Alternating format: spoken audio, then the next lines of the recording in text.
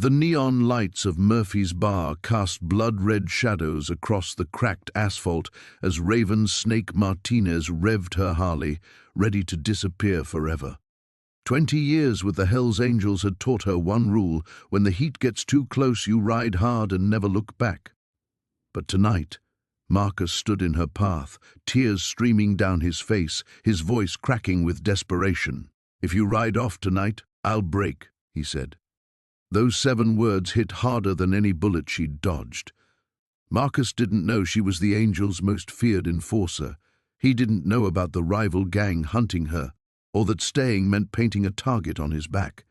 To him, she was just Raven, the woman who'd learned to love again after years of emotional armor. The engine's roar filled the silence between them. Her phone buzzed. A text from Bones, the club president. "They found you. Move now." 3 black SUVs appeared at the far end of the street, engines growling like predators. Marcus stepped closer, unaware death was racing toward them at 60 miles per hour. Raven killed the engine. The sudden quiet felt like a gunshot in reverse. Marcus's brown eyes searched her face, looking for answers she couldn't give without destroying everything between them. 6 months ago, she'd walked into his bookstore bleeding from a knife wound, spinning some lie about a motorcycle accident. He'd patched her up without questions, his gentle hands shaking as he worked. She should have left that night. Instead, she'd stayed for coffee, then dinner, then found herself returning again and again to the only place that felt like sanctuary. "You don't understand," she whispered, watching the SUVs slow their approach. They'd spotted her bike. "There are things about me I don't care." Marcus grabbed her leather-clad arm. "Whatever it is, we'll figure it out. Together. Together." The word tasted foreign on her tongue. In her world, together meant watching each other's backs in firefights and covering up each other's crimes. It didn't mean Sunday mornings reading newspapers in bed or teaching someone to change spark plugs while they made terrible jokes about engine innuendos. Her phone rang. Bones. "Don't answer it," Marcus pleaded, somehow understanding that voice on the other end represented everything trying to tear her away from him. But Raven had never ignored Bones in 2 decades. Her thumb hovered over the accept button as the SUVs crept closer, their tinted windows hiding the faces of men she knew would kill without hesitation. The Serpents had been hunting her for 3 months, ever since she'd eliminated their pipeline into Angel territory. They'd found her safe house in Oakland, torched her storage unit in Modesto, and now they'd tracked her here, to the one place she'd thought sacred enough to keep clean. The phone stopped ringing, started again immediately. "Raven," Marcus's voice broke on her name. "Please, just tell me what's wrong. Tell me why you look like you're going to a funeral." "Because I am," she thought, "either yours or mine." The first SUV pulled into Murphy's parking lot. Through the windshield, she caught a glimpse of chrome, the barrel of a rifle. Her hand instinctively moved to the Glock tucked beneath her jacket. 20 years of survival instinct screamed at her to run, fight, or die trying. Never stand still. Never let civilians get caught in crossfire. But Marcus wasn't moving. His fingers tightened around her arm like he could anchor her to this moment, this choice, this life where she was more than just Snake Martinez, the woman who collected debts in blood and never left witnesses. "I'm not who you think I am," she said finally, her voice barely audible over the approaching vehicles. "I'm not good, Marcus. I've done things that would make you—" "I don't care if you rob banks or burn down churches," he interrupted, stepping closer until she could smell his cologne mixed with the coffee scent that always clung to his clothes. "I know who you are when you're with me. That's the only version that matters." The second SUV flanked them from the right. Raven counted shadows behind windows, at least 8 men, probably more. Her phone buzzed with a text from Bones. "Serpents closing in. If you're alive to read this, you're already dead. Move." She looked at Marcus, really looked at him, at the stubble he'd missed shaving that morning, the ink stain on his shirt pocket from the pen that always leaked, the small scar above his left eyebrow from when he'd walked into a low-hanging branch while distracted by one of her stories. Stories that were mostly lies, she realized now. Everything between them built on a foundation of carefully crafted fiction, except the way he made her feel. That was the only true thing in her life.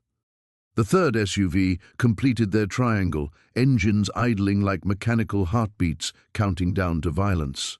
Raven's choice crystallized with brutal clarity: run and save herself, or stay and watch the only man she'd ever loved pay the price for her 20 years of sins. The morning sun cast long shadows across the asphalt as Maya's Harley rumbled to life in the motel parking lot. She'd barely slept, her mind churning over Snake's words and the photograph that now burned a hole in her jacket pocket. The image of Marcus, unconsciously going about his daily routine while crosshairs metaphorically painted his back, made her stomach twist into knots she hadn't felt since her first kill. She needed answers, and there was only one place to get them. The clubhouse sat on the outskirts of town like a fortress of chrome and concrete, American flags and club colors flying defiantly against the desert sky. Maya had called this place home for 15 years, ever since Jax pulled her bleeding and half-dead from that alley in Phoenix. The Brotherhood had given her purpose when she had nothing, taught her to fight when the world kept trying to break her down. Now, as she pulled through the gates, it felt like approaching enemy territory. Bikes lined the front of the building. She counted at least 12, meaning most of the core members were present.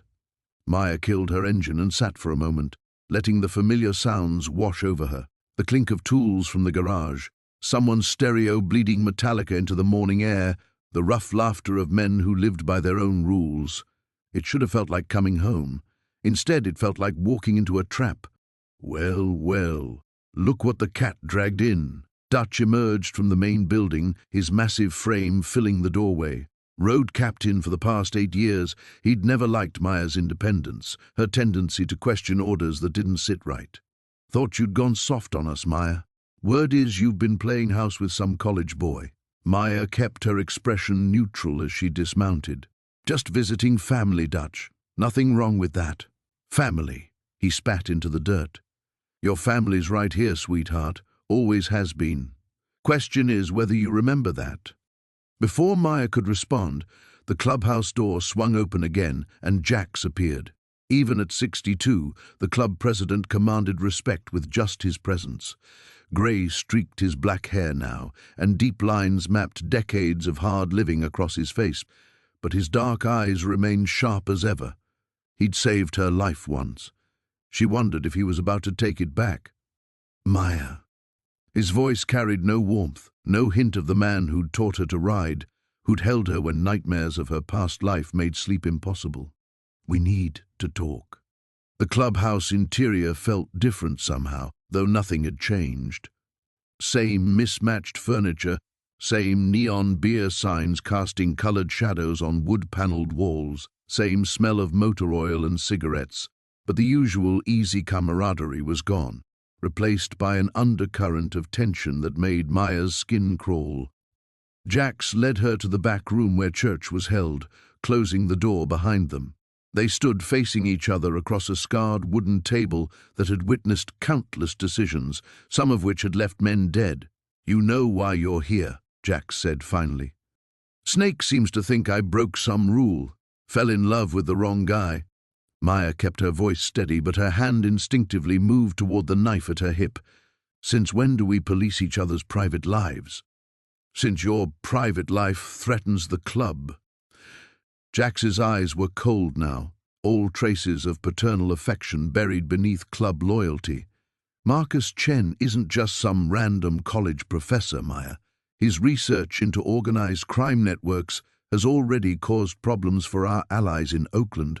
Now he's digging into financial structures that could expose money laundering operations we depend on. The words hit Maya like a physical blow. She'd known Marcus was working on some big research project, but he'd been deliberately vague about the details. She'd assumed it was academic discretion, not operational security. He doesn't know about us, she said quickly. I've kept the club completely separate from... Doesn't matter what he knows. Jax's voice was flat, final. Matters what he might find out, what he could piece together if he started looking in the right places. Your places. Maya felt the walls closing in. So what are you saying? I'm saying you have a choice to make. Same choice every member faces when their personal life conflicts with club business. Jax leaned forward, his hands flat on the table. The club gave you everything when you had nothing. We made you family when you were nobody. Now we need you to prove that still means something. The implications hung heavy in the air between them. Maya thought of Marcus's laugh, the way he looked at her like she was something precious instead of dangerous, the gentle hands that had never raised in anger, the mind that sought truth instead of profit. "How long do I have?" she whispered. 72 hours. Jax's expression never changed. "Handle it clean, or we handle it messy. Your call." The Harley's engine cut through the pre-dawn silence like a blade through silk. Maya's knuckles were white against the handlebars as she navigated the empty streets toward Danny's apartment, her mind racing faster than the speedometer climbing past 60. The wind whipped against her leather jacket, but she barely felt the cold bite against her exposed skin. 3 blocks from his building, she killed the engine and coasted into an alley, muscle memory from years of tactical approaches kicking in. The shadows welcomed her like old friends as she moved on foot, every sense heightened. Something felt wrong. The air tasted metallic, charged with the kind of tension that preceded violence. She scaled the fire escape with practiced silence, avoiding the loose third rung that would have announced her presence to anyone listening. Danny's window was dark, but that wasn't unusual. He'd always been a heavy sleeper. What made her stomach clench was the way his curtains hung, pushed slightly aside as if someone had been watching from inside. Maya pulled her. 38 from the shoulder holster beneath her jacket. The weight of it felt both reassuring and terrifying. She'd drawn this gun on rivals, on cops, on anyone who threatened her family, but never to protect someone she loved, never with this much to lose. The window slid open without resistance, unlocked, which sent every alarm bell in her head screaming. Danny was paranoid about security, had been ever since a break-in 2 years ago. He never left anything unlocked. She slipped inside, landing soundlessly on the hardwood floor of his bedroom. The familiar scent of his cologne mixed with something else. Cigarettes. Expensive ones, the kind Viper smoked. "Danny," she whispered, moving toward the bed. Empty. Sheets thrown back hastily, pillows still warm. A floorboard creaked in the living room. Maya pressed herself against the doorframe, listening. 2 voices, maybe 3, speaking in the low tones men used when they were trying to stay quiet, but didn't really care if they were overheard. Confident voices, predator voices. "Boss said make it look like a robbery gone wrong," one was saying. "Guy's got a nice setup here. Probably got some cash stashed somewhere. What about the girl? When she shows up? That's the whole point, genius. She comes running to save her boyfriend, walks into our little party." Maya's blood turned to ice. They were using Danny as bait. Her Danny, who'd never hurt anyone in his life, who taught kids guitar lessons and left food out for stray cats. They'd turned him into a weapon against her. She moved through the doorway like smoke, years of training making her footsteps ghost silent on the floor. Through the gap between the door and frame, she could see into the living room. 2 men in expensive suits, not club members, which meant Viper was outsourcing this. Professional muscle, the kind who didn't ask questions and didn't leave witnesses. Danny sat in his own kitchen chair, hands bound behind his back with zip ties. Blood trickled from his nose, and his left eye was already swelling shut. But he was alive, he was breathing. That was all that mattered. The rage that swept through Maya was white-hot and familiar, like slipping on a well-worn glove. This was the part of herself she'd tried to leave behind when she'd started loving Danny, the part that could kill without hesitation, that had earned her respect and fear in equal measure from hardened criminals twice her size. "You sure she'll come?" the second man asked, checking his watch. "Maybe she's smarter than the boss thinks." "She'll come," the first one replied, and there was something in his voice that made Maya's trigger finger itch. Viper knows her better than she knows herself. Says she's got a weakness now, makes her predictable. Danny lifted his head with obvious effort. Even beaten and bound, there was defiance in his eyes. "She won't fall for this," he said, his voice thick but steady. Maya's too smart for you bastards. The larger man backhanded him across the face. Shut up, pretty boy. Save your strength. You're gonna need it when she gets here. Maya had heard enough. She stepped into the doorway, gun raised, and time seemed to slow to a crawl. Both men spun toward her, hands reaching for weapons, but she was already moving. The first shot took down the one who'd hit Danny, center mass, before he could clear his holster. The second man was faster, managed to get his gun halfway up before her second bullet found his chest. Silence crashed over the apartment like a wave. The smell of gunpowder mixed with the metallic scent of blood, creating a cocktail Maya knew all too well. Jesus Christ, Maya, Danny breathed, staring at her with something between awe and horror. What the hell is happening?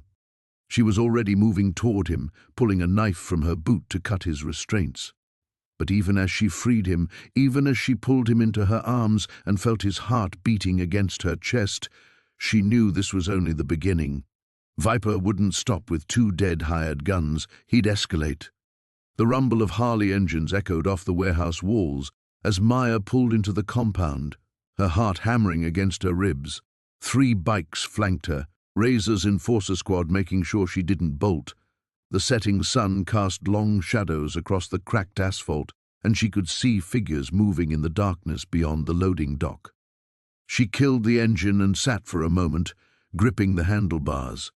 This place held too many memories, initiation beatings, late-night runs across state lines with cargo she never asked about, the metallic taste of fear mixed with adrenaline. The Brotherhood had been her salvation once, pulling her from the streets when she was 16 and feral. Now it felt like a noose tightening around her throat. "Move it, Storm!" Razor's voice cut through her thoughts as he swung off his bike. The nickname felt wrong coming from him now. Marcus had given her that name, said she moved like lightning when she was angry. Everything was different through Marcus's eyes, softer somehow, but no less fierce. The warehouse doors groaned open, revealing the familiar chaos inside. Pool tables surrounded by empty beer bottles, a makeshift bar constructed from motorcycle parts, and the sweet, sick smell of engine oil mixed with weed smoke. But tonight the usual revelry was replaced by tension thick enough to choke on. Brothers clustered in small groups, their conversations dying as she walked past. She recognized most of the faces, men she'd ridden beside for 8 years who'd watched her earn her full patch through blood and loyalty. Now they looked at her like she was already dead. Snake emerged from the shadows near the back office, his scarred face unreadable. As sergeant-at-arms, he'd been the one to deliver most of her early beatings, teaching her the club's idea of discipline. But he'd also been there when other crews tried to muscle in on their territory, standing back-to-back with her against impossible odds. "Prez wants to see you," he said quietly, not meeting her eyes. "You know the way." The office sat at the rear of the warehouse, separated by thin walls that had never kept secrets. Maya had spent countless hours in there, planning runs and settling disputes. She'd always felt protected within these walls. Now they felt like a trap.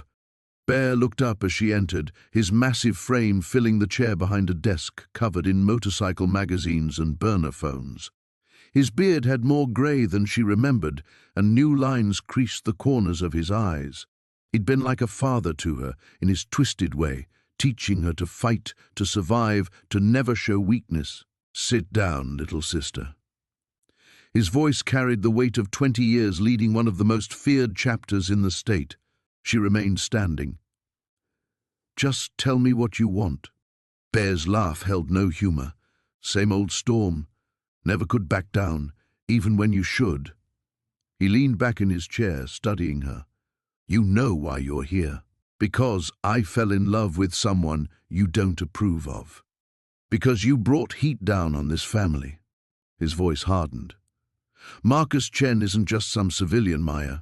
His investigation into the Torino family's money laundering has already cost us 2 major clients. His report goes public, and the feds will be crawling up our asses like ants on honey." Maya's stomach dropped. She'd known Marcus was working on something big, but he'd been careful never to discuss details. The ethics of his job meant keeping work and personal life separate. She'd respected that boundary, never imagining it would lead to this. He doesn't know about my connection to any of this, she said. He's not targeting the club. Doesn't matter. Bear stood, his bulk casting shadows across the cramped office. The Torinos are pressuring us to clean up loose ends.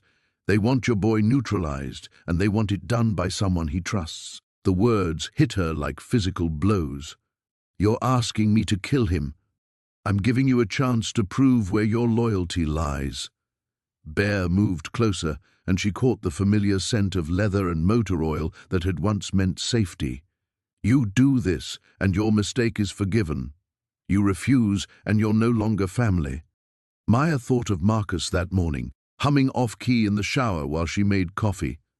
The way he always saved her the last bite of whatever he was eating, how he'd learned to braid her hair just so he could run his fingers through it. He'd never asked her to change, never flinched when she came home bloody from club business he pretended not to notice. How long do I have?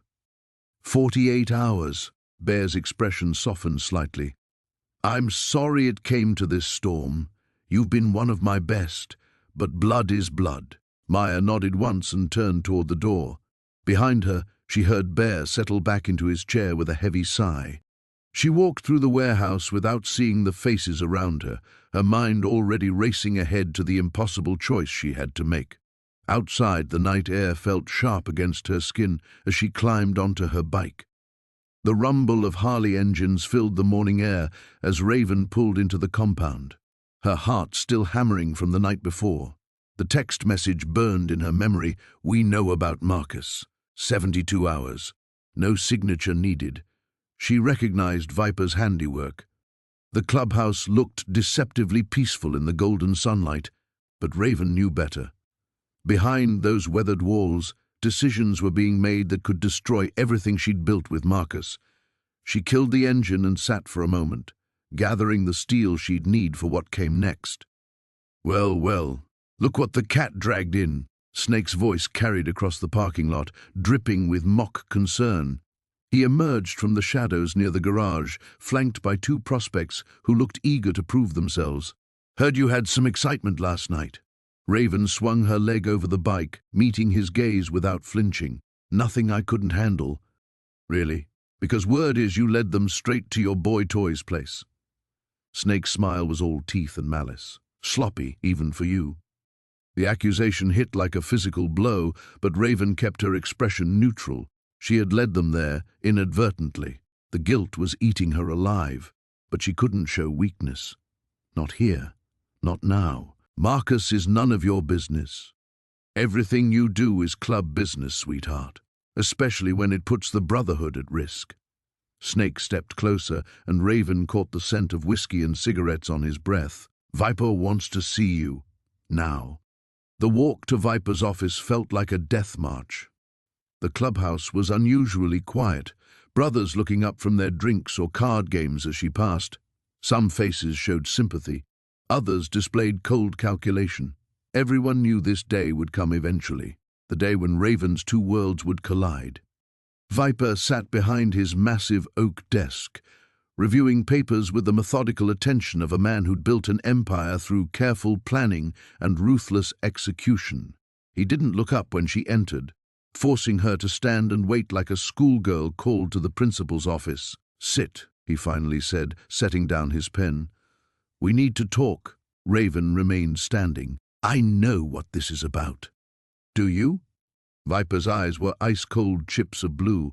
Because from where I'm sitting, it looks like 20 years of loyalty just went up in smoke over some civilian who doesn't even know who you really are.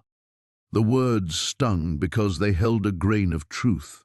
Marcus knew she was affiliated with the club, but he had no idea about the extent of her involvement, the crimes she'd committed, the blood on her hands. He's not just some civilian. No, then what is he? Viper leaned back in his chair, studying her like a specimen under glass. Because last I checked, you swore an oath to this club. Blood in, blood out, remember? The scar on her palm tingled where she'd cut it years ago, mingling her blood with her brother's. She'd been 17, desperate for belonging after aging out of the foster system. The Hells Angels had given her purpose, family, identity, everything she thought she needed. Until Marcus. I remember, she said quietly. Good. Then you understand why we have a problem. Viper stood and moved to the window overlooking the compound. The serpents are sniffing around, asking questions about our operations. They think you're our weak link, and after last night, I can handle the serpents. Can you? Because from what I hear, you were too busy playing house to notice the tail, too distracted by your boyfriend's feelings to keep your head in the game. Viper turned back to face her, and for a moment, she saw a flicker of the man who'd taken her in all those years ago.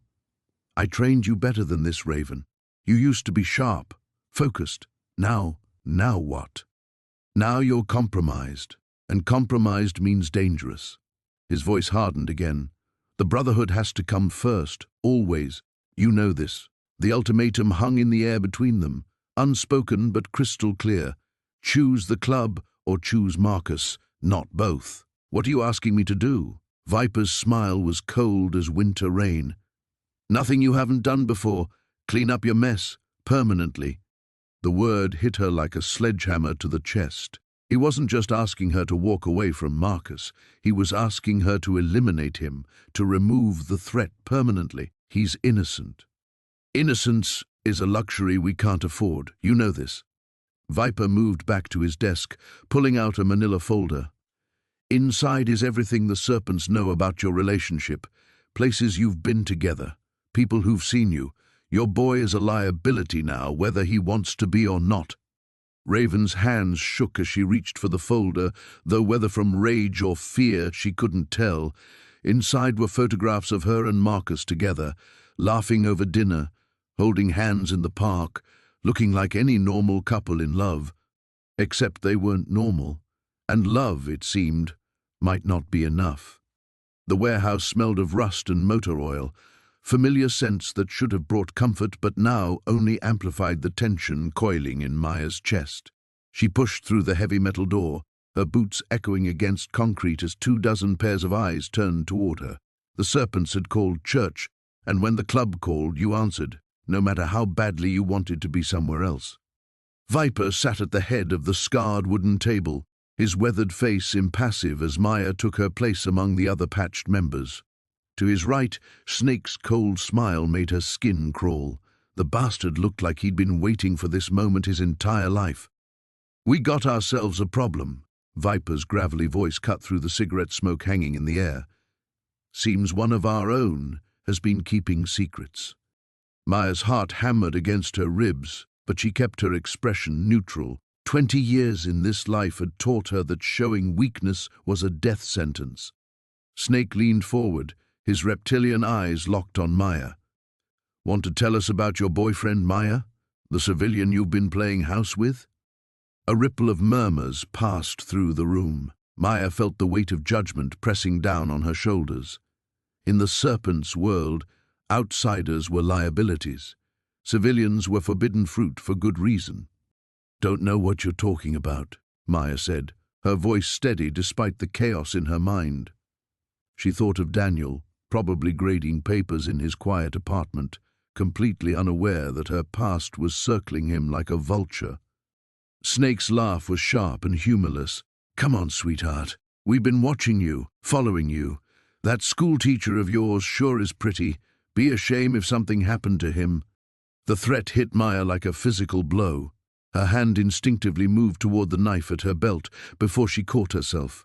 Around the table she could see the hungry looks of members who thrived on violence, already anticipating blood. Marcus Daniel Chen, Snake continued, reading from a piece of paper. Age 32. Lives alone on Maple Street. Takes the same route to Jefferson Elementary every morning at 7:15. He looked up, his smile widening. Creature of habit, isn't he? Makes our job so much easier. Maya's world narrowed to a single point of rage. You touch him, and You'll what? Viper's voice cracked like a whip. You forgetting who you're talking to, girl? You forgetting who raised you when your worthless mother dumped you on my doorstep? The words stung because they were true. Maya had been 14 when she'd first walked through these doors, angry and broken and desperate for belonging. The serpents had given her purpose, protection, a family bound by loyalty and blood. But that was before she'd met Daniel, before she'd discovered there were other ways to live. "The rules are simple," Viper continued. "No civilians, no outside attachments that compromise the club. You know this, Maya. You've always known this. What's it gonna be?" Snake's voice dripped with mock concern. "The club that made you, or some soft civilian who doesn't even know who you really are?" Maya's mind raced. She could feel the walls closing in, the weight of impossible choices crushing her chest. If she chose Daniel, she'd be marked for death. The serpents didn't let people walk away, especially not with their secrets. But if she chose the club, Daniel would pay the price for her sins. "I need time to think," she said finally. Viper's laugh was bitter. "Time? You think this is a negotiation? You think you get to weigh your options like you're choosing between breakfast cereals? Give me 48 hours. 12, Snake interjected. 12 hours to make your choice. After that, we make it for you." Maya stood slowly, every muscle in her body coiled with tension. 12 hours, she agreed, her voice barely above a whisper. As she turned to leave, Viper's voice stopped her. "Maya." She looked back to find something that might have been regret in his eyes. "This isn't personal. It's business. It's survival. You know that, right?" Maya nodded, though the movement felt like swallowing glass. She'd known this day would come eventually. The two halves of her life had been on a collision course from the moment she'd first looked into Daniel's kind eyes and felt something inside her chest crack open.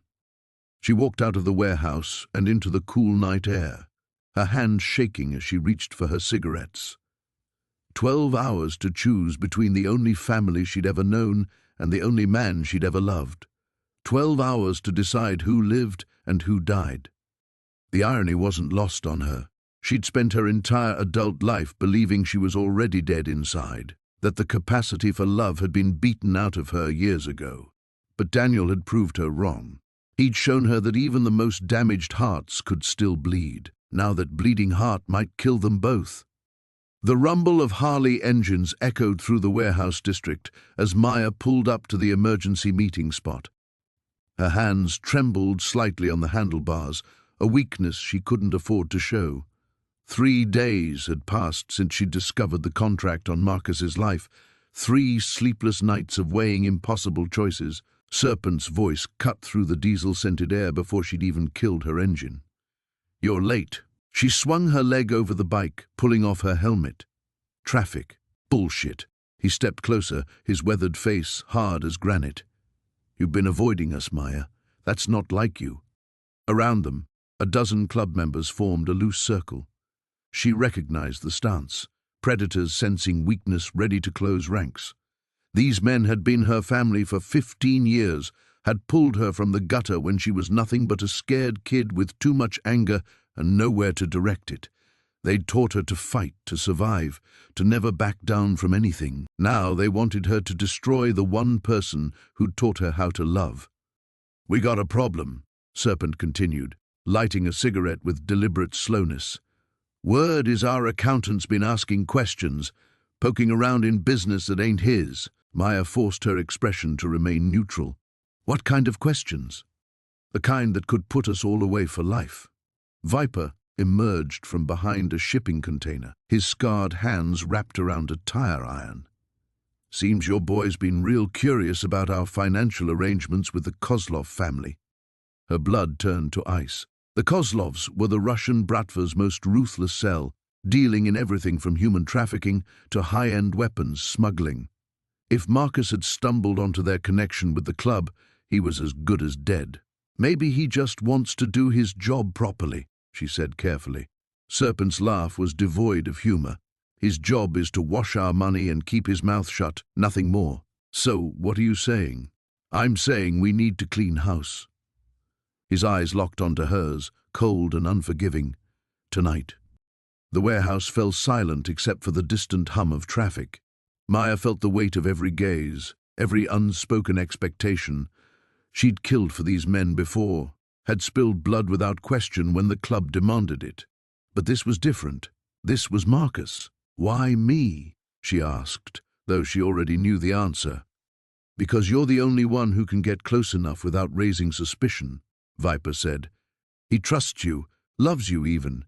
He spit the word like it tasted bitter, makes it perfect. Besides," Serpent added, "it's your mess to clean up. You brought him in, vouched for him. Time to prove where your loyalties lie." Maya's mind raced through her options, all of them ending in disaster. If she refused, they'd know something was wrong. The club would hunt them both down, and Marcus would die anyway, probably after days of torture designed to extract every detail about what he knew and who he'd told. If she agreed and somehow warned Marcus, they could run together. But the Hell's Angels had connections everywhere, and the Kozlovs even more so. They'd spend the rest of their lives looking over their shoulders, assuming they lived that long. "When?" she heard herself ask. 2 hours. Make it look like a robbery gone wrong." Serpent flicked his cigarette butt into the darkness. "And Maya, don't get creative. Clean and simple." She nodded once, not trusting her voice. The meeting dispersed with mechanical efficiency, engines roaring to life as her brothers disappeared into the night. Only Serpent remained, studying her with the intensity that had made him one of the most feared men in 3 states. "You having second thoughts?" "No." "Good, because if you fuck this up, if you let emotion cloud your judgment, I'll finish the job myself, and I won't be nearly as gentle about it." The threat hung in the air long after he'd vanished into the shadows, leaving Maya alone with her racing thoughts. She pulled out her phone, Marcus's number already highlighted on the screen. One call could save his life and destroy everything she'd ever known. Her finger hovered over the green button. 15 years of brotherhood, of blood spilled and secrets shared. These men had given her purpose when she had none, had forged her into something stronger than the broken girl she'd once been. They were killers and criminals, but they were also her family. And Marcus? He was her heart, the gentle soul who'd somehow seen past her scars to find something worth loving. He'd shown her tenderness could exist without weakness, that vulnerability wasn't the same as defeat. The phone buzzed with an incoming text from him, "Thinking about you. Can't wait to see you tonight." Maya closed her eyes, feeling the weight of 2 worlds crushing down on her shoulders. In less than 2 hours, she'd have to choose between them. The decision would define who she really was. The warehouse smelled of rust and motor oil, a familiar scent that should have been comforting but now made Riley's stomach churn. She sat astride her Harley in the shadows, watching as club members filtered in through the side entrance. The mandatory church meeting had been called for midnight. Never a good sign. Her phone buzzed against her thigh. Another text from Marcus, asking if she was okay, if she'd made it home safe from their dinner. 3 hours ago, she'd been laughing at his terrible jokes over pasta, feeling lighter than she had in years. Now she felt like she was drowning. "You coming in? Or are you going to sit out there all night like some prospect?"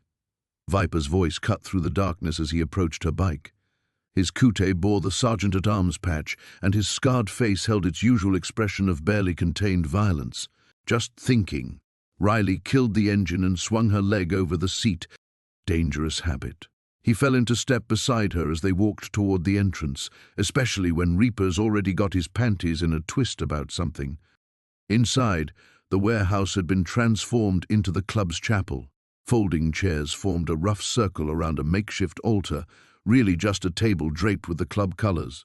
Candles flickered in beer bottles, casting dancing shadows on the concrete walls. The other members were already seated, their faces grim in the amber light. Reaper stood at the head of the circle, his president's patch catching the candlelight. His eyes found Riley immediately, and she felt the weight of his stare like a physical thing. She took her usual seat in the inner circle, between Viper and an older member called Diesel, who'd been with the club since before she was born. "Brothers and sisters," Reaper began, his voice echoing in the cavernous space. "We've got ourselves a problem." Riley forced her expression to remain neutral, but her pulse quickened. Around the circle, she counted 15 other members. Not the full chapter, but enough to handle serious business. Whatever this was about, it was big. Someone's been asking questions about our Nevada operation, specifically about what went down 5 years ago with the Scorpions. Reaper's gaze swept the circle. Questions that could put all of us in cages for the rest of our lives. A murmur ran through the group. The Nevada job had been messy. A drug deal gone wrong that had ended with 3 Scorpions dead and the Angels fleeing across state lines. Riley had been the one to spot the trap, the one who'd gotten most of them out alive. She'd also been the one to put 2 bullets in the Scorpions' enforcer when he'd tried to stop their escape. "Who's asking?" Diesel's gravelly voice cut through the tension. "ATF agent named Williams. Been sniffing around Vegas, talking to people who should know better than to talk back." Reaper pulled out his phone, swiped to a photo and held it up. "Anybody recognize this face?" Riley's blood turned to ice. The photo showed Marcus leaving his apartment building, completely unaware he was being watched. The timestamp was from this morning. "Name's Marcus Chen," Reaper continued. "Federal prosecutor, works organized crime, lives about 10 blocks from our little princess here." His eyes locked on Riley again. "Funny coincidence, don't you think?" The warehouse fell silent, except for the distant hum of traffic. Riley could feel every eye in the room on her, weighing, judging, calculating. Her throat felt like sandpaper, but she managed to keep her voice steady. "Never seen him before in my life." The lie tasted bitter on her tongue. Worse than bitter, it felt like betrayal. But what choice did she have? If the club knew about Marcus, if they suspected he was the leak. "Is that right?" Reaper's smile was cold as winter steel. "Because according to our friend at the phone company, your number's been calling his pretty regularly for the past 6 months. Shh! Riley's mind raced, searching for an explanation that wouldn't get Marcus killed. Around the circle, hands had started drifting toward concealed weapons. The temperature in the room seemed to drop 10 degrees. "I've been seeing him," she said finally. "But he doesn't know anything about the club. I kept it separate." "You kept it separate," Reaper repeated slowly. "Just like you were supposed to keep everything separate. Just like you swore an oath to do when we patched you in." He stepped closer, close enough that she could smell the whiskey on his breath. "Problem is, Princess, we can't afford to take your word for it. Not with this much heat coming down." Viper shifted beside her, and she caught the glint of steel at his waist. Across the circle, other members were tensing, preparing for whatever order came next. In the flickering candlelight, they looked less like her family and more like what they'd always been, predators. "So here's what's going to happen," Reaper said, his voice soft as silk and twice as dangerous. "You're going to bring us your boyfriend tonight, and we're going to have ourselves a little chat about what he knows and who he's been talking to." The rain hammered against the warehouse windows like bullets, each drop echoing through the cavernous space where Raven sat cross-legged on the concrete floor. Her leather jacket hung open, revealing the intricate tattoos that mapped her loyalty to the Angels across her collarbone. But tonight, those marks felt more like shackles than badges of honor. She'd been staring at her phone for 2 hours, Jake's last message still glowing on the screen. "Whatever's happening, we can figure it out together." Sweet, naive Jake who taught 3rd grade and believed in happy endings. He had no idea that Viper was already closing in, that his gentle world was about to collide with the brutal reality of hers. The warehouse door groaned open, and Heavy's massive silhouette filled the frame. Behind him, she could make out the shapes of other club members, Tank, Bones, and surprisingly Viper himself. Her stomach clenched as she recognized the deliberate nature of this gathering. This wasn't a casual drop-by. "Well, well," Viper's voice carried across the empty space as he approached, his boots clicking against the concrete. "Look what the rain dragged in. Our little bird sitting all alone in the dark." Raven stood slowly, her hand instinctively moving to the knife strapped to her thigh. "Viper. Boys." She nodded to each of them, her voice steady despite the adrenaline coursing through her veins. "Cozy night for a ride." "Cut the pleasantries, Raven." Viper stopped just outside arm's reach, his cold eyes studying her face. "We know you've been asking questions, making calls. Seems like someone's been digging into business that ain't theirs." The accusation hung in the air like smoke. Raven had been careful, but apparently not careful enough. Her investigation into the witness who could implicate the club had left tracks, and now they'd followed those tracks straight to her. "Just trying to stay informed," she replied, crossing her arms. Thought that was part of being a good soldier. Heavy shifted behind Viper, his hand moving to his waistband. The message was clear. They weren't here for a friendly chat. "See, that's where you're wrong, sweetheart." Viper's smile was razor thin. "Good soldiers follow orders. They don't go freelancing, especially when it involves certain school teachers who've been poking their noses where they don't belong." The mention of Jake sent ice through her veins. They knew. Somehow they'd connected Jake to her investigation, probably through surveillance she hadn't detected. The careful walls she'd built to keep their worlds separate were crumbling. "Jake's got nothing to do with this, doesn't he?" Viper pulled out his phone, swiping to a photo that made Raven's blood run cold. It was Jake leaving his apartment that morning, taken with a telephoto lens. "See, we've been watching your boyfriend. Sweet guy, coaches Little League on weekends, volunteers at the animal shelter, real pillar of the community." The threat was implicit but unmistakable. Tank cracked his knuckles, the sound echoing off the warehouse walls like gunshots. "What do you want, Viper?" "Simple. You're going to stop whatever amateur detective work you think you're doing. You're going to convince your boyfriend to take a nice long vacation, maybe visit his sister in Portland for a few weeks, and you're going to remember where your loyalties lie." Raven's mind raced. If she agreed, Jake would be safe temporarily, but Viper would still see him as loose end eventually. The club's paranoia had reached the point where anyone connected to potential threats became a target. If she refused, they'd move on Jake immediately. "And if I don't?" Viper's laugh was devoid of warmth. "Then poor Jake's going to have a very unfortunate accident. Maybe a hit and run on his way to work. Maybe a gas leak in his apartment. These things happen to people who get too close to dangerous situations." The warehouse fell silent except for the rain and the distant rumble of thunder. Raven looked at each of their faces. Men she'd ridden with, fought beside, bled with. Brothers who were now threatening the only pure thing in her life. "I need time to think." "You've got until tomorrow night," Viper said, tucking his phone away. "Club meeting at the compound. You'll give us your answer then, and you'll do it in front of everyone. Make sure it's the right one." As they turned to leave, Heavy paused beside her. For a moment she thought he might say something, offer a warning or show some trace of the friendship they'd once shared. Instead he just shook his head slightly and followed the others into the rain. Alone again, Raven sank back to the floor, her hands shaking as she reached for her phone. Jake's message still waited, full of hope and trust she didn't deserve. Outside, lightning split the sky, illuminating the crossroads where her two worlds had finally, inevitably collided. Tomorrow night she would have to choose, and she already knew that whatever choice she made would destroy everything. The abandoned warehouse on the outskirts of town felt like a tomb when Raven arrived, her Harley's engine echoing off the empty walls as she cut it.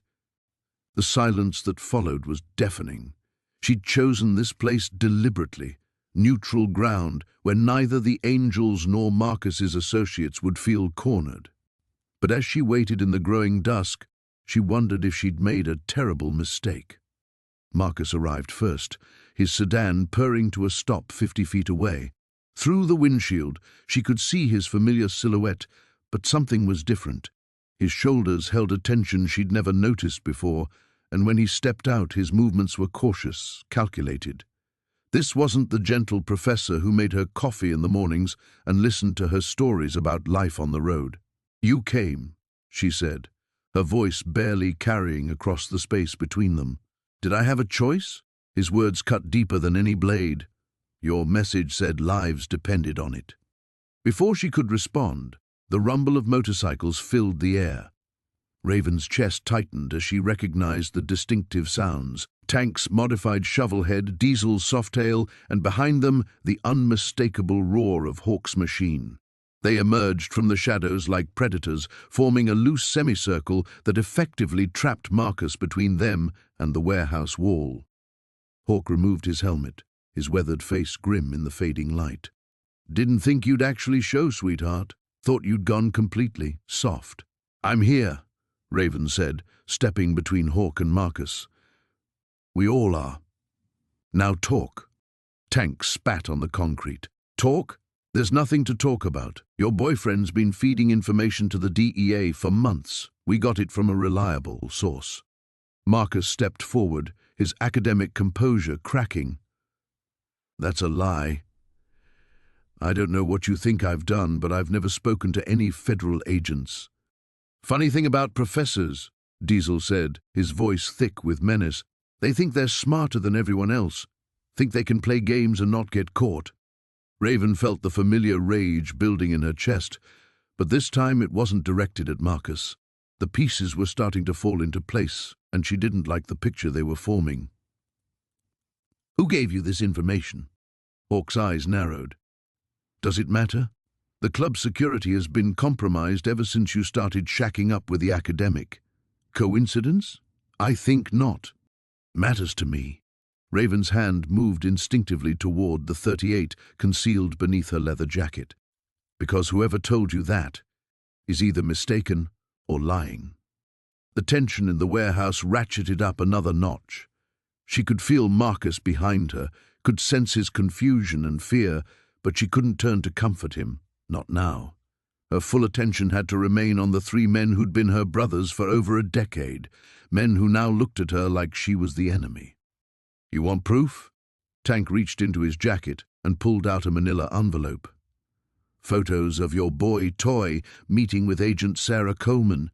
3 different occasions, 3 different locations." The envelope landed at Raven's feet with a soft thud that seemed to echo forever. She stared at it for a long moment before bending to retrieve it. Her hands were steady as she opened it, but her heart was hammering against her ribs. The first photograph showed Marcus sitting across from a woman in a downtown cafe. The second captured them walking together through a parking garage. The third showed them shaking hands outside the federal building. "Marcus?" She turned to face him, the photos clutched in her trembling hand. His face had gone pale, but his eyes met hers directly. "Sarah Coleman is my ex-wife, Raven. She works for the DEA, yes, but our meetings were about our divorce settlement, not about your club. We've been finalizing the paperwork for months." "Convenient story," Hawk said, but there was something in his tone that suggested doubt was creeping in. Raven studied the photographs again, this time looking beyond the obvious. The woman's body language was wrong for a federal agent conducting an interview with an informant. Too casual, too intimate in a different way. And Marcus's posture, he looked uncomfortable, stressed, but not like a man betraying dangerous people. He looked like a man dealing with an unpleasant ex-spouse. "His divorce records will prove it," she said finally, looking up at Hawk. "Court documents, lawyer communications, all of it. And if they don't?" Hawk's question hung in the air like smoke. Raven looked at Marcus, then back at the men who'd raised her, taught her everything about loyalty and brotherhood. The choice she'd been dreading was finally here, stark and unavoidable. "Then I'll handle it myself," she said.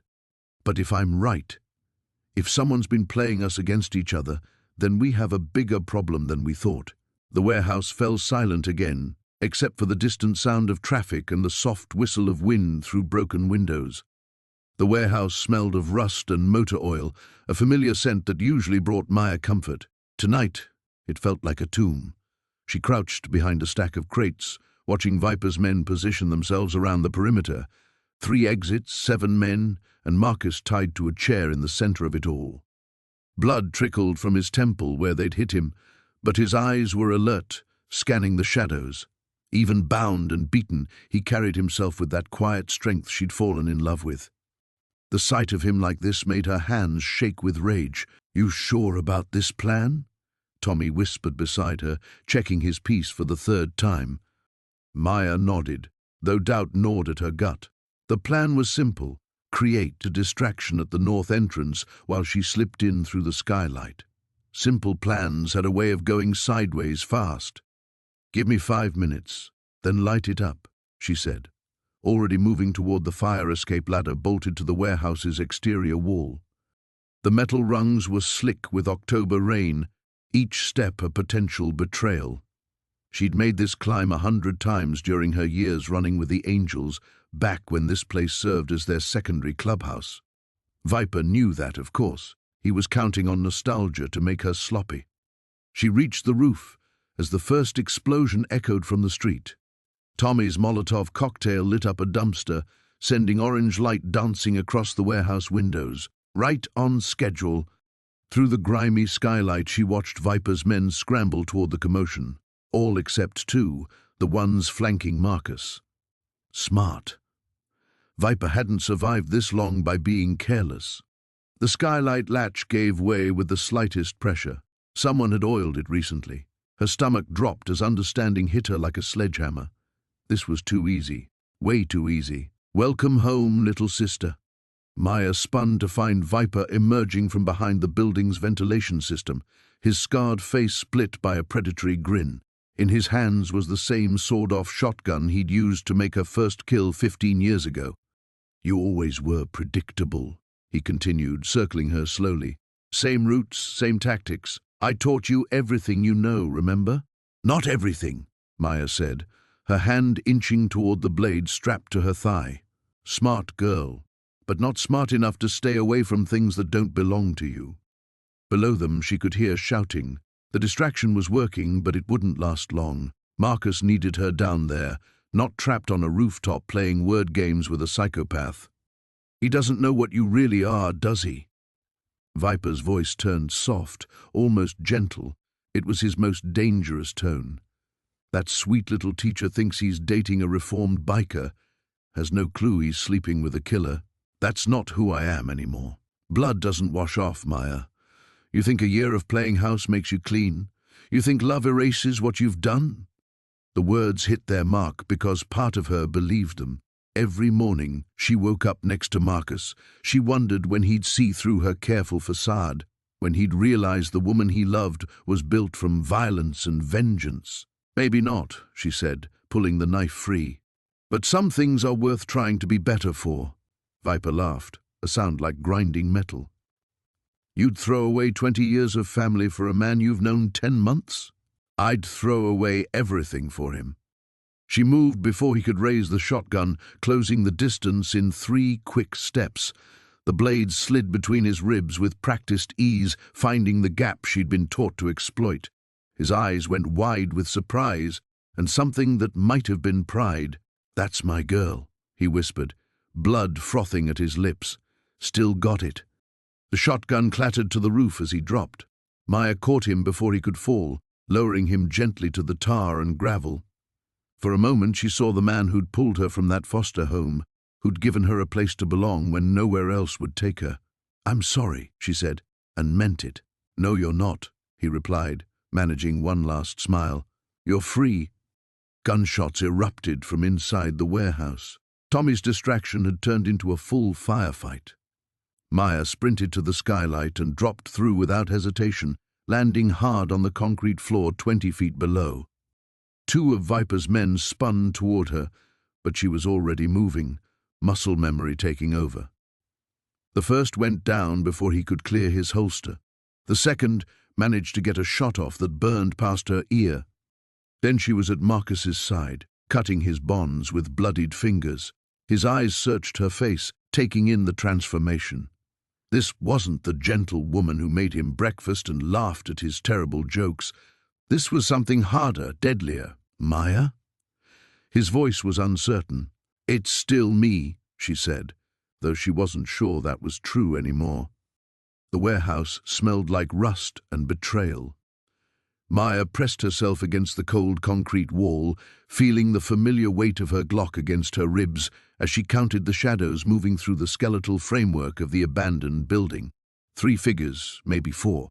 Not impossible odds, but not great ones either. Her phone buzzed against her thigh, a text from Connor that made her heart clench. "Where are you? The doctors say visiting hours end soon." She couldn't tell him she was 40 miles outside the city, hunting the men who'd put him in that hospital bed. Couldn't explain that while he'd been fighting for his life in surgery, she'd been calling in every favor and breaking every rule to track down Victor's remaining crew. The same crew that had been systematically eliminating loose ends since their boss went down.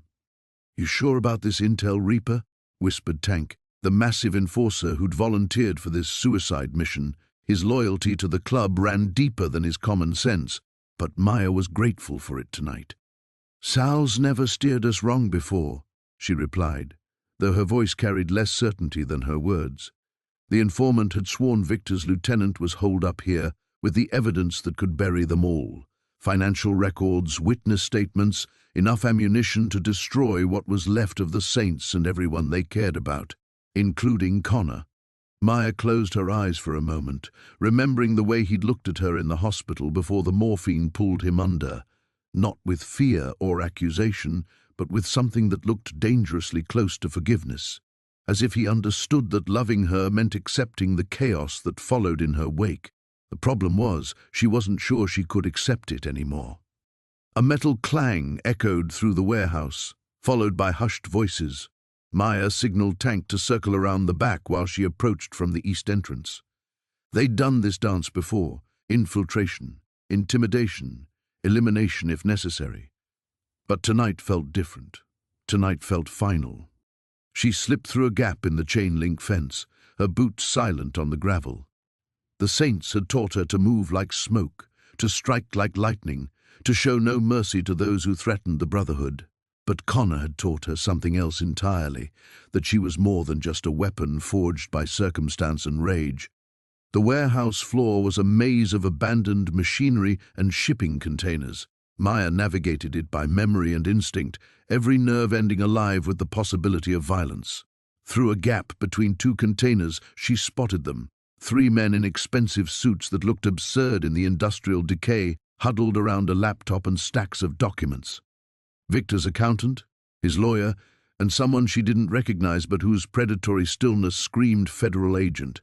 A rat wearing a wire, most likely, trying to flip Victor's operation from beyond the grave. Maya's finger found the trigger as she calculated angles and exit strategies. 3 shots, clean and quick, and this nightmare would be over. Connor would be safe.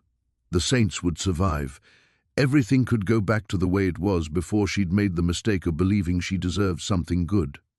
But as she raised the weapon, her phone buzzed again. Another message from Connor: "I love you. Whatever you're doing, whatever you're thinking, just remember that..."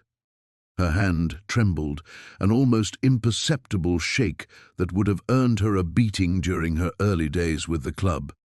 She thought about Connor's hands on her face, gentle despite the violence she'd brought into his world.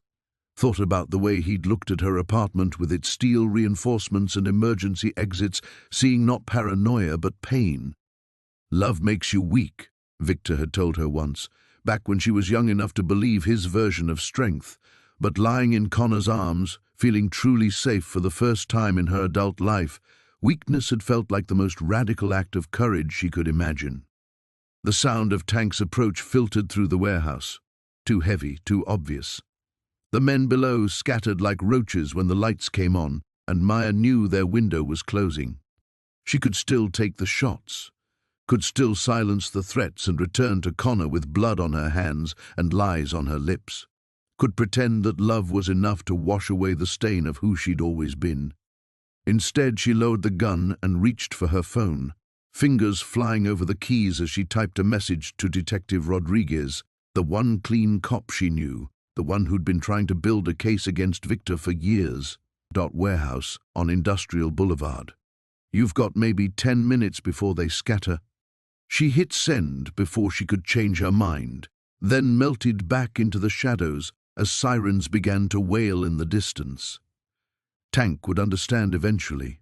The Saints would adapt, the way they always did. But Connor would live, and maybe that was worth burning every bridge she'd ever built. The warehouse smelled like motor oil and death.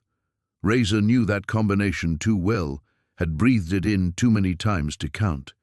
But tonight, As she crouched behind a stack of shipping containers, the familiar scent made her stomach turn. This wasn't just another run or another score gone wrong. This was Marcus somewhere in the darkness ahead, probably beaten, possibly bleeding, definitely scared. She checked her. One more time, then slipped it back into her waistband. 3 years ago, she would have charged in guns blazing, trusted her leather and her reputation to carry her through. But Marcus had changed her, softened edges she hadn't even known were there. Now she thought before she acted, calculated risks instead of embracing them. The sound of voices carried across the empty space, Snake's gravelly laugh, unmistakable even at a distance. Then another voice she recognized. Tommy the Fish Marconi, one of the Italian crew that had been muscling in on Angel's territory for months. Her blood went cold. If the Italians were involved, this was bigger than just club business. "You sure she'll come?" Tommy's voice echoed off the metal walls. "She'll come," Snake replied. "Razor don't abandon her people. And from what I hear, this college boy means more to her than people." A third voice, younger, nervous. "Maybe we should just cut our losses, Snake. Razor's got friends, and if word gets back to the club don't know she's here, you idiot. Far as they're concerned, she's still their loyal little soldier girl. They got no idea she's been playing house with some civilian." Razor closed her eyes, forcing herself to breathe slowly. Snake was right about one thing. The club didn't know about Marcus. She'd kept that part of her life sealed off, protected, but apparently not protected enough. She moved closer, using the shadows between containers as cover. The voices grew clearer, and she could make out a circle of light in the center of the warehouse where they'd set up. 4 men, maybe 5. Snake sitting on an overturned crate like some backyard king, Tommy pacing behind him, and there, tied to a chair in the middle of it all, was Marcus. Even from 50 feet away, she could see the blood on his shirt, the way he held his head at an angle that suggested a concussion. But he was alive, alert enough to track the movement around him. When Tommy walked past, Marcus's eyes followed him with a focus that told her his mind was still sharp. That was her Marcus. Even beat up and scared, he was thinking, planning, looking for advantages. She'd watched him do the same thing during faculty meetings when departmental politics got ugly. That same careful assessment of personalities and motivations. Snake stood up, stretching like a cat. "She's taking her sweet time. Maybe your boyfriend ain't as important as we thought, college boy." Marcus lifted his head, and even through the pain, his voice came out steady. "She'll be here, but not because she loves me." He paused, letting that sink in. "She'll be here because she hates bullies." Snake's laugh died in his throat. "You got a mouth on you, don't you? Let's see how smart you sound missing some teeth." Razor was already moving before Snake finished the sentence. She'd heard enough, seen enough. The plan she'd been forming crumbled into dust, replaced by pure instinct. 3 years of Marcus's influence evaporated in the face of someone threatening to hurt him. She came out of the shadows like a force of nature. Her. Trained on Snake before any of them realized she was there. Nobody moves, nobody dies. The warehouse went dead silent except for the distant hum of traffic on the highway. 5 men, just as she'd estimated. Snake and Tommy, plus 3 younger guys she didn't recognize. All of them armed, all of them now very carefully not reaching for their weapons. "Well, well," Snake said, though she could hear the tension underneath his casual tone. "Right on schedule. Just like old times, huh, Razor?" Nothing like old times. She kept the gun steady, her eyes moving constantly between the 5 men. "Old times you were family. Old times you had my back instead of putting a knife in it." Tommy stepped forward slightly, and she shifted the gun toward him. He froze. "Here's how this works," she continued. "I'm going to untie my friend. We're going to walk out of here, and you're going to pretend this never happened." Snake shook his head slowly. "Can't do that, little sister. You crossed a line when you chose him over us. There's got to be consequences." "The only consequence," Razor said, pulling back the hammer on her, 38, "is going to be how many of you don't walk out of here if you don't step aside right now." Marcus was watching her, and she could see something in his eyes she'd never seen before. Not fear for himself, but fear for her. Fear of what she might become in the next few minutes. The warehouse smelled of rust and motor oil, a familiar cocktail that should have brought comfort, but instead made Raven's stomach churn. She crouched behind a stack of steel drums, watching Demon's men position themselves around the perimeter. 20 yards away, Marcus sat bound to a chair in the center of the open space, his head hanging forward, blood matting his dark hair. Her heart hammered against her ribs as she counted the guards. 8 men, all armed, all loyal to Demon without question. The same men who had taught her to ride, who had shared their beer and their stories around countless campfires. Now they stood between her and the only person who had ever seen past the leather and the scars to the woman underneath. "You sure about this?" Jake whispered beside her, his weathered face creased with concern. The old mechanic had insisted on coming despite her protests, claiming he owed it to her father's memory to keep her alive. Raven checked her pistol one more time, the weight of it familiar in her hands. No choice left. The plan was simple in its desperation. Jake would create a distraction with the modified Harley they'd rigged to backfire like gunshots when triggered remotely. In the chaos, she would move for Marcus while the guards scrambled to identify the threat. Simple, stupid, and their only shot. Across the warehouse, Demon emerged from the shadows like something summoned from her worst nightmares. His leather vest bore the patches of decades in the Brotherhood, each one earned in blood and violence. He'd been her father figure, her protector, her guide into a world where strength meant survival. Now he was the monster she had to face. "Thought you might show," Demon called out, his voice echoing off the concrete walls. "Always were too soft, girl, just like your old man in the end." Raven's jaw tightened. Her father had died in a police raid that Demon had orchestrated to eliminate a rival faction within their own club. She'd suspected it for years, but hearing him confirm it sent ice through her veins. "Let him go," she called back, stepping into view with her hands raised but not empty. "This is between us." Demon laughed, the sound harsh and grating. "Everything's between us, Raven. You think you can just walk away from family, from blood? That college boy there doesn't know what you really are." Marcus lifted his head at the sound of her voice, and even from this distance she could see the relief flood his battered features. His left eye was swollen shut, and his shirt was torn and blood-stained, but he was alive. That was all that mattered. "I know exactly what I am," Raven said, taking another step forward. "Question is whether you're going to make this hard or easy." The explosion of Jake's modified exhaust echoed through the warehouse like automatic gunfire. The guards spun toward the sound, weapons drawn, shouting orders that overlapped into chaos. Raven moved.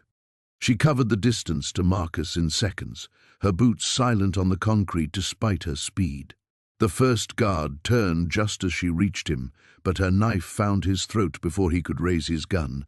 The second managed to get off a shot that whistled past her ear as she rolled behind an overturned table. "Behind the drums!" one of them yelled, and gunfire erupted in earnest. Wood splintered around her as she cut Marcus's bonds with quick slashes of her blade. His hands were numb from the rope, useless for now, so she hauled him upright and half-carried him toward the nearest exit. "Can you run?" she hissed in his ear. "For you, I can fly," he managed, blood flecking his lips. They made it 10 yards before Demon stepped into their path, A-45 in his massive fist pointed directly at Marcus's chest. 30 years I raised you," he said, his voice deadly calm despite the chaos around them. "Taught you everything you know. And you'd throw it all away for him?" Raven positioned herself between the gun and Marcus, her own weapon trained on the man who had been both salvation and damnation in her life. "You never taught me to love, that I learned on my own. Love makes you weak." "No," she said, finger tightening on the trigger. "Love makes you choose." The standoff stretched between them, 20 years of shared history balanced on the edge of a moment. Around them, the gunfire had stopped. Jake's distraction had drawn most of the guards away, but she could hear them coming back, their voices growing closer. Demon's eyes never left hers as he spoke. You pull that trigger, there's no coming back. No family, no protection. Just you against the world. I've got all the family I need, Raven said, and squeezed. The gunshot echoed through the warehouse as Demon stumbled backward, his own weapon clattering across the floor. She'd aimed for his shoulder, not to kill but to disable. Even now, after everything, some part of her couldn't destroy the man who had shaped her, but that part was smaller now, overshadowed by the choice she'd finally made. The warehouse smelled like rust and betrayal. Maya pressed herself against the corrugated metal wall, feeling the cold seep through her leather jacket as she counted the shadows moving inside. 3 figures, maybe 4. The intel from Diesel had been solid. They were holding Marcus in the old shipping facility on the east side, the same place where the club used to store their more questionable cargo. Her fingers traced the handle of the Glock tucked against her ribs. 15 years of running with the Angels had taught her that violence was often the only language people understood, but tonight felt different. Tonight, every choice carried the weight of Marcus's life and the knowledge that she was about to burn every bridge that had ever mattered to her. The side door hung slightly ajar, its hinges squealing a warning as she slipped through. Inside, fluorescent lights buzzed overhead, casting harsh shadows between towers of abandoned shipping containers. Maya moved like smoke, each step calculated, her breathing controlled despite the rage building in her chest. You always were too stubborn for your own good, Maya. Razor's voice echoed from somewhere deeper in the warehouse. She froze, recognizing the calculated calm in his tone. This wasn't the man who had taught her to ride, who had picked her up when she'd fallen, who had been more father than her own blood ever was. This was the enforcer, the one who dealt with problems permanently. Let him go, Razor. Her voice carried across the empty space, steady as stone. This is between us. Is it? His laugh held no warmth. Because from where I stand, this is about a brother, sister, forgetting where she comes from, about choosing some civilian over family. Maya rounded a container and saw them. Marcus hung from chains attached to an overhead beam, his shirt torn and bloody, his face swollen but his eyes still defiant. Razor stood beside him, flanked by Torch and Snake, their kutes marking them as her brothers, her family, her past. You look surprised, Razor said, noting her expression. Did you think I wouldn't find out about your little investigation? About how you've been feeding information to that boyfriend of yours? The words hit like physical blows. Marcus lifted his head, his eyes finding hers across the distance. Even beaten and bound, he managed a small shake of his head. A warning, a plea for her to run, to save herself. It was so perfectly him that her heart cracked a little more. Marcus never asked for any information, Maya said, taking a step closer. I gave it to him because it was the right thing to do, because sometimes there's something bigger than the club. Bigger than family? Snake spat. Jesus, Maya, listen to yourself. I am family, she said, her voice rising. I've bled for this club. I've killed for this club. I've given 15 years of my life to this brotherhood, and what do I get? Threats against the man I love because I finally found something good in this world. Razor's expression softened almost imperceptibly. You were my daughter, Maya, in every way that mattered, but you chose him over us. I chose love over fear, she countered. I chose building something instead of just tearing it down. When was the last time any of us created something beautiful instead of destroying it? The silence stretched between them, heavy with years of shared history and mutual betrayal. Maya could see the conflict in Razor's eyes, the war between the man who had raised her and the enforcer who protected the club's interests above all else. It doesn't matter now, Torch said finally, his hand moving toward his weapon. She knows too much. They both do. Maya's gun was in her hand before Torch cleared leather, the movement fluid and instinctive. The warehouse erupted into chaos, shouting voices, the metallic click of weapons being drawn, the sound of Marcus straining against his chains. Easy, Razor said, his own weapon trained on her center mass. "Nobody has to die here, Maya. We can work this out. You come back to the club, cut ties with him, and we forget this ever happened." "And Marcus?" Razor's silence was answer enough. Maya felt the familiar calm that came before violence, the crystalline clarity that had kept her alive through countless dangerous situations. But this time was different. This time, she wasn't fighting for territory or respect or the abstract concept of brotherhood. She was fighting for the possibility of a future that didn't involve blood and broken promises.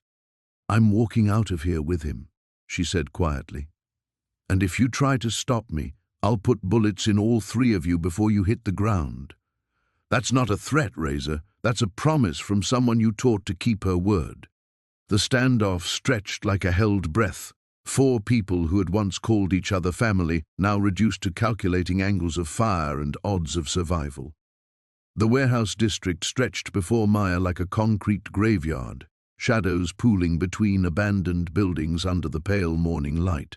She'd chosen this place carefully, neutral ground where neither the Angels nor rival clubs held territory, where the echoes of her footsteps would warn her of approaching danger long before it arrived. Her fingers traced the handle of the .45 tucked beneath her leather jacket, muscle memory guiding the gesture. 3 days had passed since she'd walked away from the clubhouse, since she'd made her choice. 3 days of careful planning, of reaching out through back channels to set up this meeting that could either save Marcus or destroy them both. The sound of motorcycle engines rumbled in the distance, growing closer. Maya positioned herself behind a rusted shipping container, giving herself clear sight lines to all approaches, while maintaining cover. Her heart hammered against her ribs, but her hands remained steady. This was what she'd been trained for, even if she'd never imagined using those skills against her own family. Ghost appeared first, his massive frame silhouetted against the brightening sky as he dismounted his Harley. Behind him came 4 other Angels, their colors stark against the industrial wasteland. Maya recognized each face, men who'd taught her to fight, who'd shared meals and missions and blood with her for over a decade. "Maya," Ghost's voice carried across the empty space, neither warm nor cold. "Didn't think you'd actually show." She stepped out from behind the container, keeping her hands visible but ready. "I keep my word, you know that." "Do I?" He walked closer, his boots crunching on broken glass. "Because walking out on your brothers, that doesn't sound like the Maya I raised." The words hit harder than any physical blow. Ghost had been the closest thing to a father she'd ever known, had pulled her from the streets when she was 17 and given her purpose, belonging, family. The betrayal in his eyes made her chest tighten. "I'm trying to protect him," she said quietly. "Just give me this one thing, and I'll disappear. You'll never see me again." "It's not that simple anymore." Ghost stopped 10 feet away, close enough that she could see the genuine regret in his weathered face.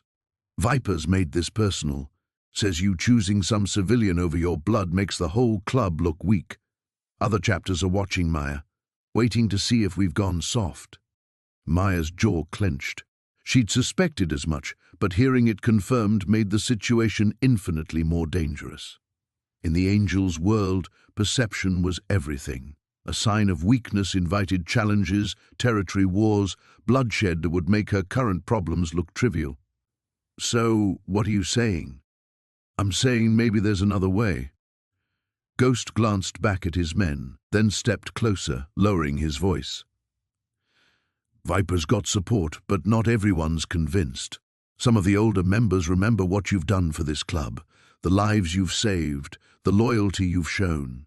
Hope flickered in Maya's chest, dangerous and painful. "What kind of other way?" "Trial by combat. Old school rules. You win, you and your boyfriend walk away clean. No retaliation, no hunting you down. The club's honor is satisfied." Maya felt the blood drain from her face. She knew the old rules, single combat to settle disputes that threatened to tear the club apart. Usually it was reserved for leadership challenges or accusations of betrayal serious enough to warrant death. It had been years since anyone had invoked the ancient ritual. "And if I lose?" Ghost's expression didn't change. Then justice is served and Marcus dies anyway. The brutal simplicity of it cut through her like a blade. One fight, winner take all.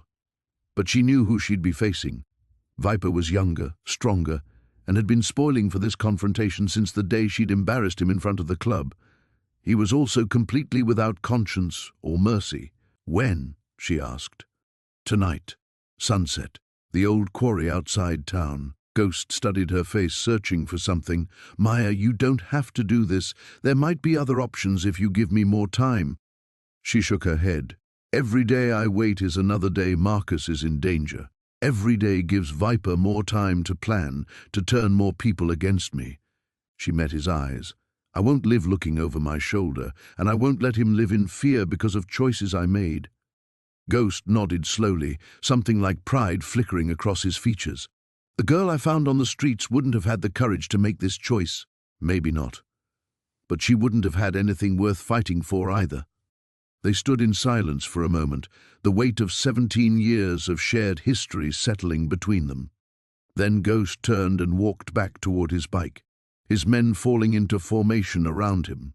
Maya, he called over his shoulder, for what it's worth, I'm sorry it came to this. She watched them disappear into the maze of industrial buildings, leaving her alone with the morning sun and the terrible certainty that by nightfall everything would be decided.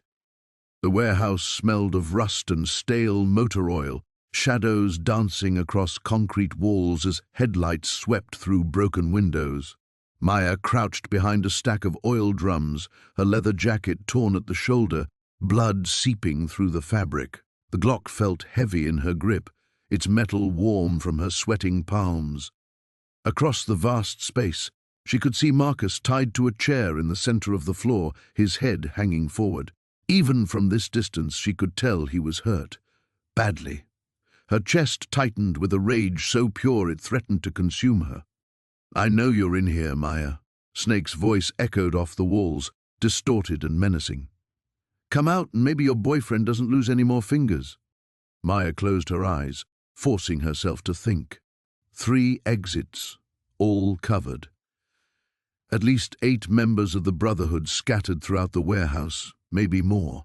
Snake had planned this well, using her love for Marcus as the perfect trap. Her phone buzzed against her ribs. A text from Detective Rodriguez 2 minutes out. Wait for backup. 2 minutes Marcus might not have.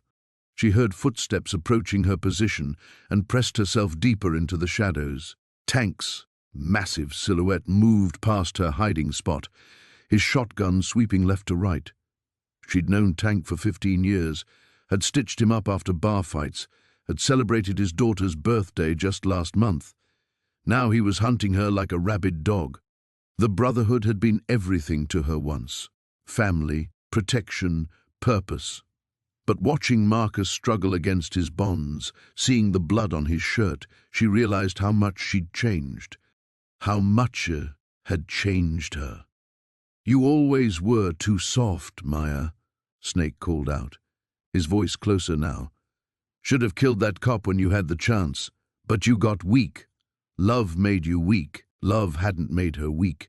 It had made her something she'd never been before, someone worth saving.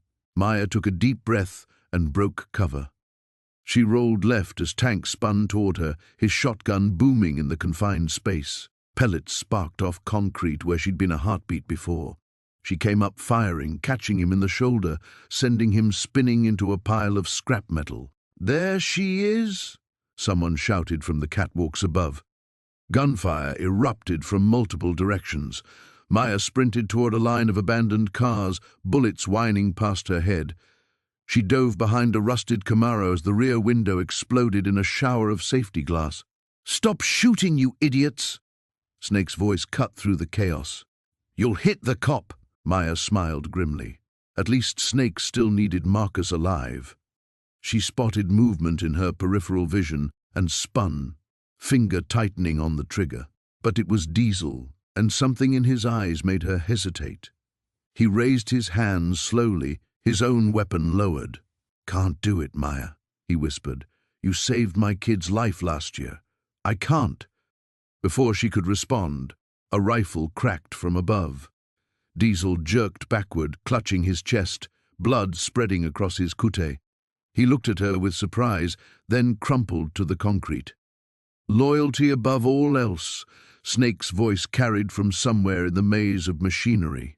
You taught me that once, Maya. Too bad you forgot it.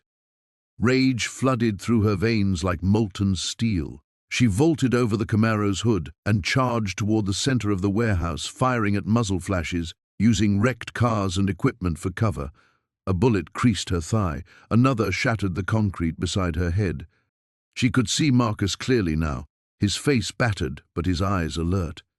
He saw her coming and began working at his bonds with renewed desperation. Snake stepped out from behind a support pillar, his .45 trained on Marcus's head. That's far enough, sister. Maya stopped 20 feet away, her Glock aimed at Snake's chest. Blood ran down her leg, and her breathing came in ragged gasps. Around the warehouse, she could see the remaining Brotherhood members emerging from cover, weapons trained on her. You know how this ends, Snake said, his scarred face twisted with something between anger and disappointment. Drop the gun, and maybe I'll make it quick. Or, Maya said, her voice steady despite everything, you could let him go and settle this between us, the way it should be.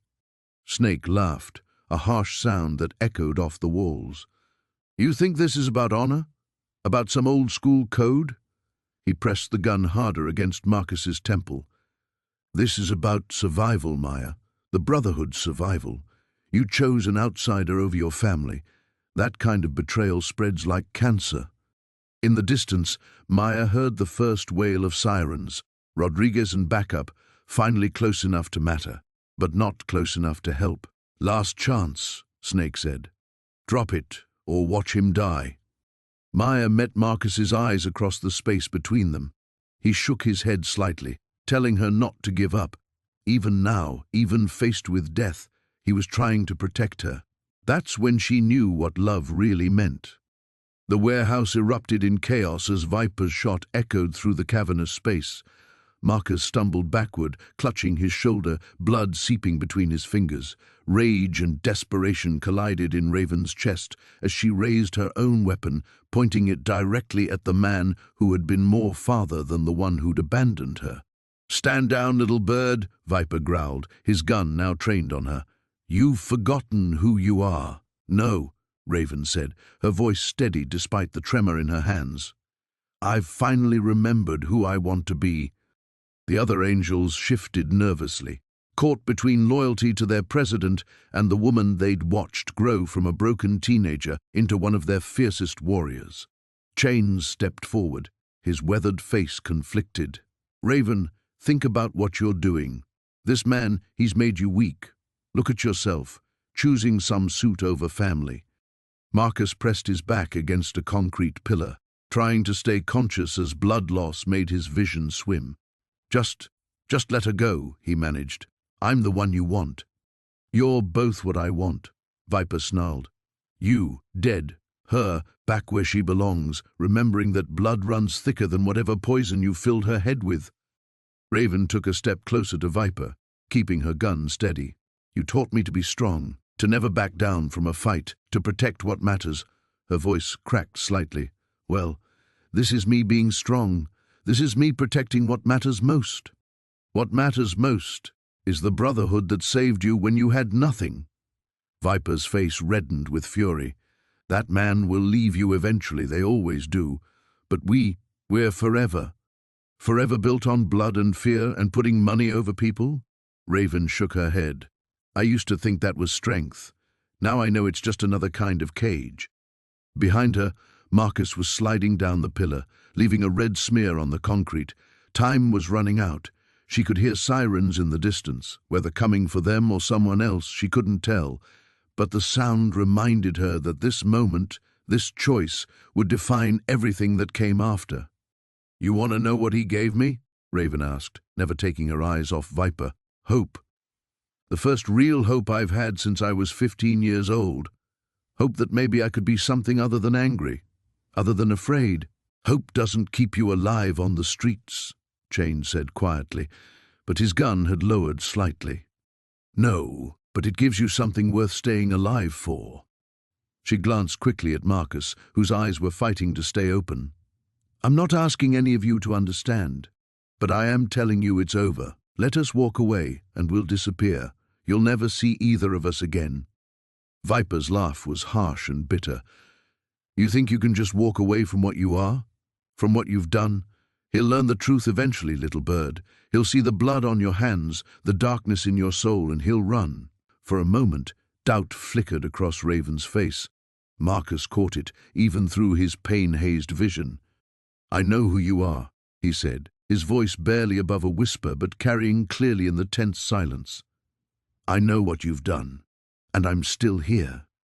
Those words broke something open in Raven's chest, not the careful walls she'd built to survive, but the chains that had kept her tethered to a life that no longer fit. She felt the weight of every choice that had led to this moment, every act of violence, every moment of tenderness Marcus had shown her, every lesson Viper had taught her about loyalty and strength. "I'm sorry," she said to Viper, and for the first time in years, tears threatened at the corners of her eyes. "I'm sorry for disappointing you, for not being the daughter you wanted, but I can't be that person anymore." Viper's face went through a series of emotions: rage, hurt, something that might have been pride, and finally, resignation. Warehouse fell silent, except for the distant wail of sirens growing closer. "Go," he said finally, lowering his gun, "before I change my mind." Raven moved quickly to Marcus, wrapping his good arm around her shoulders and hauling him upright.